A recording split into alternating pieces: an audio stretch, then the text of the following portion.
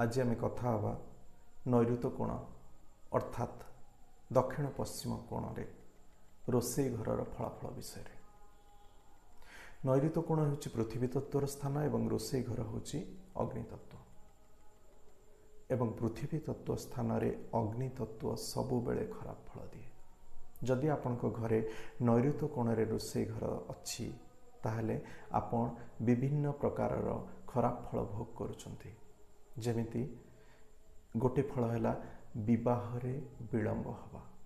जदि आपनक परिवार रे कहार बाहागर हबार अच्छी से बाहागर रे डेरी करेब नैऋत्य कोणर रोषे घर। आउ कौन खराब फल?